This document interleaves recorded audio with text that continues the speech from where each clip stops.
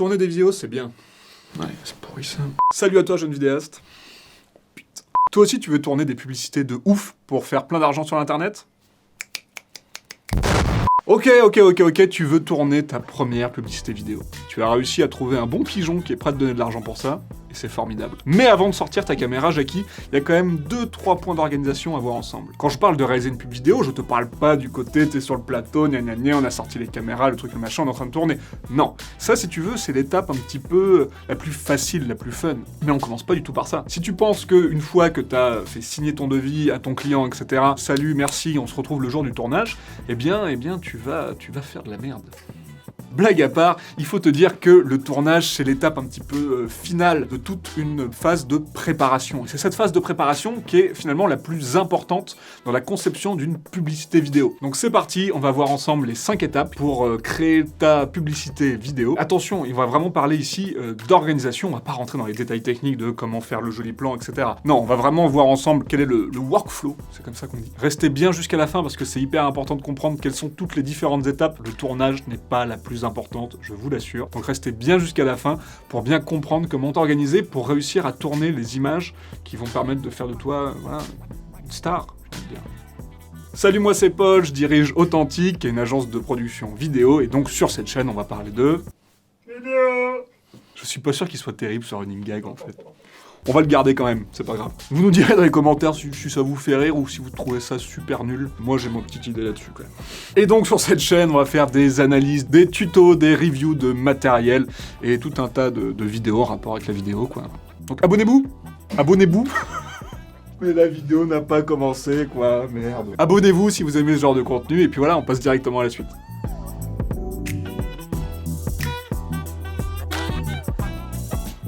La première étape, c'est la prise de brief. Effectivement, c'est pas le tout de faire une publicité vidéo. Il faut savoir à qui elle est destinée, à quoi elle doit ressembler, quels sont les différents critères à respecter, etc., etc. Donc, il y a une prise de brief qui se fait par une discussion avec votre client, généralement avant la signature du devis. On aimerait savoir où est-ce qu'on va avant de signer un devis, ça me semble assez normal. Donc, les différents éléments à noter pendant cette prise de brief, hyper important. Le premier, c'est le produit à vendre. Ça me semble être quand même la base. Si tu sais pas qu'est-ce que tu dois vendre comme produit pour faire une publicité, c'est un peu compliqué. Le deuxième, le plus important, c'est à qui s'adresse la pub. À l'époque, dans la publicité, on parlait de cible. Aujourd'hui, on évite un petit peu ce terme parce que bon, c'est moyen quoi. On parle plus d'audience. C'est pareil, mais ça fait plus raffiné. Donc à qui est-ce qu'on va essayer de vendre nos merdes? Et donc ça c'est très important, hommes, femmes, l'âge, etc. Catégorie sociale, pour savoir effectivement quelle est la tonalité à aborder derrière. On parle pas de la même manière à des seniors que à des jeunes de 18 ans. Ensuite, presque aussi important que l'audience, où est-ce qu'on diffuse cette vidéo? Est-ce que vous diffusez cette vidéo à la télévision française? Est-ce que vous la diffusez sur les réseaux sociaux? Quels réseaux sociaux? On diffuse pas de la même manière sur LinkedIn, sur TikTok, sur YouTube, etc., Instagram, que sais-je. Que ce soit en termes de format de vidéo, tout simplement. Est-ce qu'on est en 16:9, en carré, en portrait? Que ce soit la durée de la vidéo, que ce soit comment le message passe. Sur YouTube, on peut parler. Sur LinkedIn, par contre, il vaut mieux plutôt faire des animations de texte ou alors mettre des sous-titres. Quand est-ce qu'on diffuse cette vidéo? Et oui, forcément, si on avait comme idée de faire un concept avec le Père Noël et que la vidéo sort en juillet, au-delà de l'aspect logistique et pratique, il y a vraiment aussi l'aspect créatif qui rentre potentiellement en jeu. Et enfin, quelle va être la tonalité de la marque? Est-ce que c'est une marque qui s'exprime plutôt par l'humour? Est-ce que c'est plutôt le storytelling? Est-ce que c'est quelque chose de très corporate, très froid? Voilà, c'est hyper important de le connaître et ça, c'est vraiment lié à votre client. Et puis également, quel va être son esprit graphique? Est-ce qu'il y a déjà un esprit graphique fort? Tout ça doit être forcément incorporé dans votre publicité. Donc voilà, tous ces éléments-là sont vraiment primordiaux avant même de pouvoir parler de concept de vidéo. On passe à l'étape 2, le concept.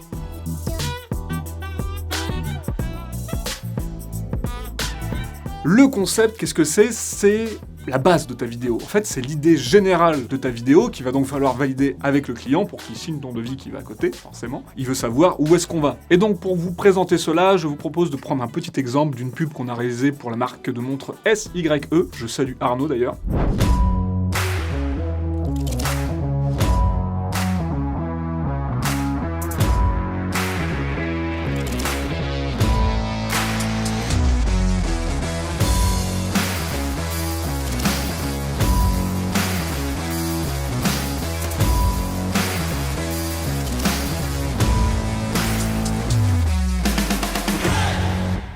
donc, on va vous présenter comment est-ce qu'on aurait présenté le concept à SYE.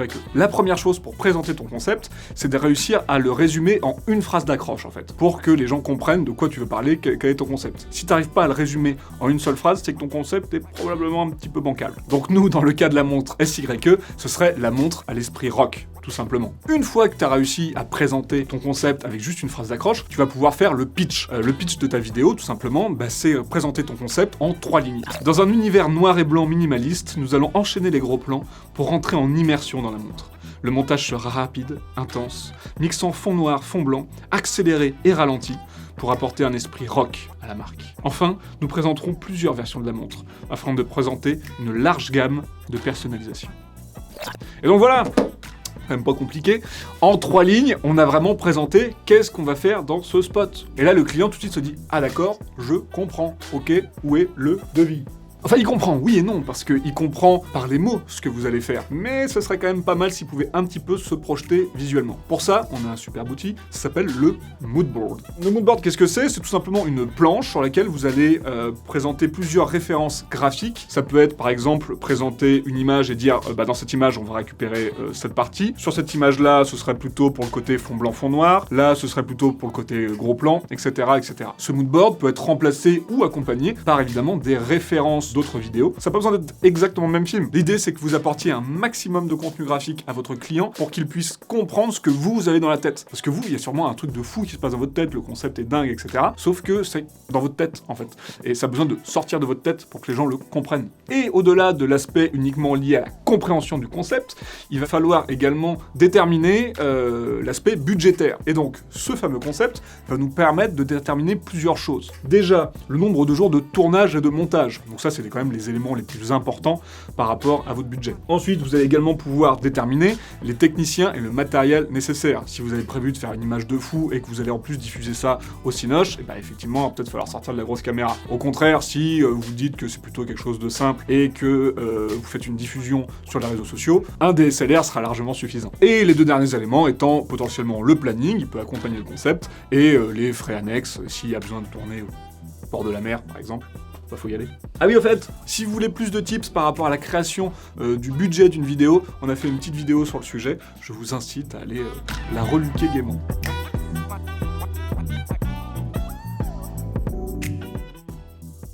On passe à la préparation qui est, selon moi, quand même la phase la plus importante. Tout se passe à la préparation. Finalement, en fait, le tournage ne fait que découler de la préparation. Si t'es un bon technicien, derrière le tournage, c'est du gâteau. Au niveau de la préparation, donc, on va déjà voir l'aspect créatif. Le premier étant forcément le storyboard.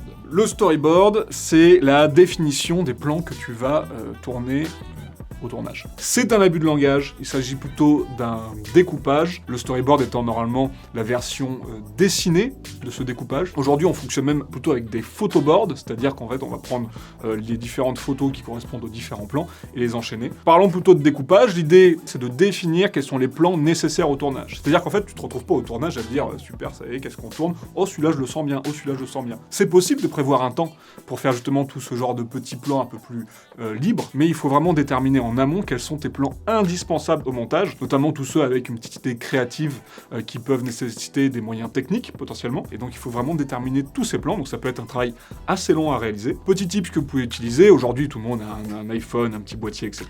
Vous pouvez prendre le produit et commencer à faire une petite maquette comme ça en faisant vos plans, sans avoir besoin d'avoir la vraie lumière, la vraie caméra, etc., etc. Ça peut permettre effectivement que tout le monde sache qu'est-ce qu'on doit tourner précisément. Ça c'est vraiment très important, cet aspect communication, surtout si vous travaillez en équipe. Et donc ce storyboard, ça va vraiment être la base de notre tournage en fait. C'est que tout simplement, ça va déterminer tous les plans qui sont à tourner et qu'on va donc pouvoir intégrer dans un planning qu'on appelle le plan de travail. Le plan de travail, c'est un document très complet qui demanderait une vidéo à lui-même, hein, très honnêtement. Pour vous la faire simple, en fait, ça va être le planning de la journée qui indique qui fait quoi, quand, qu'est-ce qu'on tourne, etc. Quels sont les différents plans qu'on doit tourner. C'est vraiment le document indispensable qui va vous permettre en fait tout simplement de réussir à tourner tous vos plans. Sans plan de travail, et que si vous faites ça un peu au freestyle, en fait, vous n'allez pas réussir déjà à estimer le temps nécessaire pour la production de votre vidéo, et donc vous risquez en fait de vous retrouver à 17h et à avoir tourné que la moitié de vos plans en fait. Il faut bien évidemment repérer en amont les lieux, pas les découvrir le jour même, parce qu'effectivement si vous faites ça, il y a tellement de potentiels soucis qui vont vous tomber sur la tête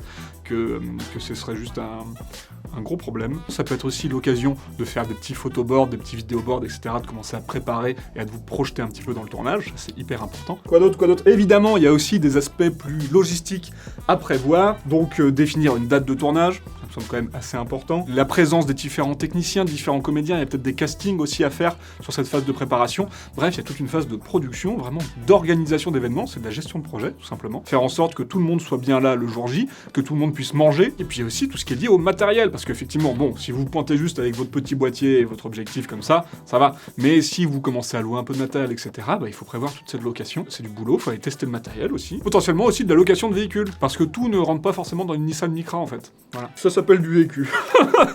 Et voilà, une fois que tu as fait tout ça, je pense que tu es prêt, et ce n'est qu'à l'étape 4 que tu as le droit d'accéder au tournage.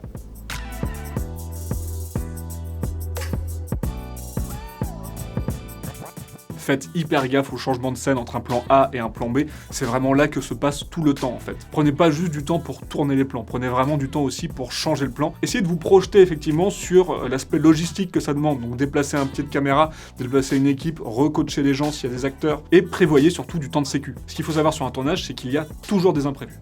Toujours. Quoi qu'il arrive, vous avez beau le préparer au mieux, il y a toujours des imprévus. Donc prévoyez du temps pour gérer cet imprévu, et si vous commencez à prendre de l'avance sur votre planning, gardez le même rythme. Commencez pas à vous dire « Oh, finalement, on a gratté un petit peu là, donc là, on peut prendre un peu plus de temps. » Non, pas du tout. Continuez à tenir le même rythme, parce que si vous arrive une pétouille, et ben derrière, là, vous pourrez prendre ce temps. Surtout, dernier petit tips qui se rapproche un peu plus de l'aspect créatif, faites bien gaffe à garder en tête tous vos formats de diffusion au tournage. C'est-à-dire que quand vous tournez votre plan, dites-vous « Ok, ça c'est bien pour le format 16:9, mais admettons que j'ai aussi un format portrait à faire, comment ça va rendre? Est-ce qu'il faut que je tourne une deuxième version de ce plan? » Bref, faut pas juste tourner le plan, mais tourner le plan dans tous ses moyens de diffusion. Ça c'est vraiment très important, et c'est un petit truc qu'on a tendance à oublier.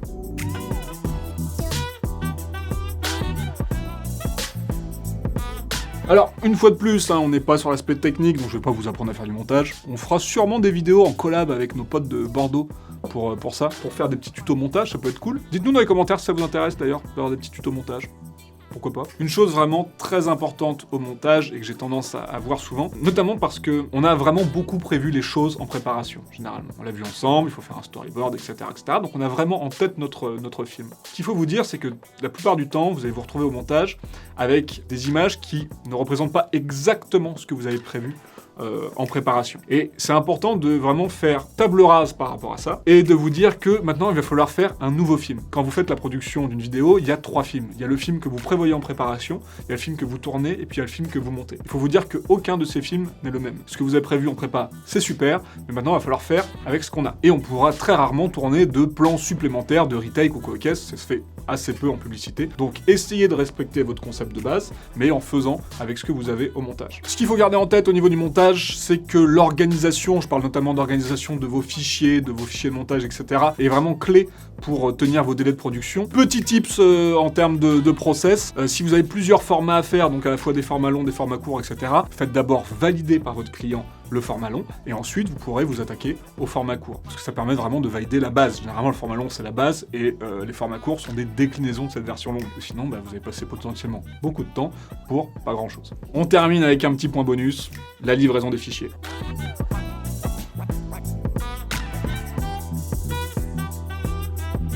Première chose, faites déjà bien gaffe à respecter des codecs qui sont en adéquation avec les différents supports de diffusion. Je pense notamment à Insta qui peut prendre que du H264 à l'heure où je vous parle. Et puis surtout, la bonne vérification de vos fichiers. Une fois que vous sortez un fichier vidéo, n'hésitez pas à le regarder plusieurs fois pour bien vérifier que vous n'avez pas fait d'erreur, parce que votre client va vous juger uniquement sur le travail rendu. C'est-à-dire que tout le travail que vous faites en montage, pour lui, n'a pas de valeur. Il se rend pas compte de ça en fait. Donc si vous avez passé des jours et des jours sur un montage, mais qu'au final vous avez fait une faute d'orthographe sur le nom du produit par exemple, lui il va juste voir ça en fait, et il va avoir une expérience négative. Faites très attention à la revérification de vos fichiers de montage. Voilà, tu es maintenant prêt à réaliser des vidéos de fou, à faire des pubs incroyables sur des produits complètement dingues.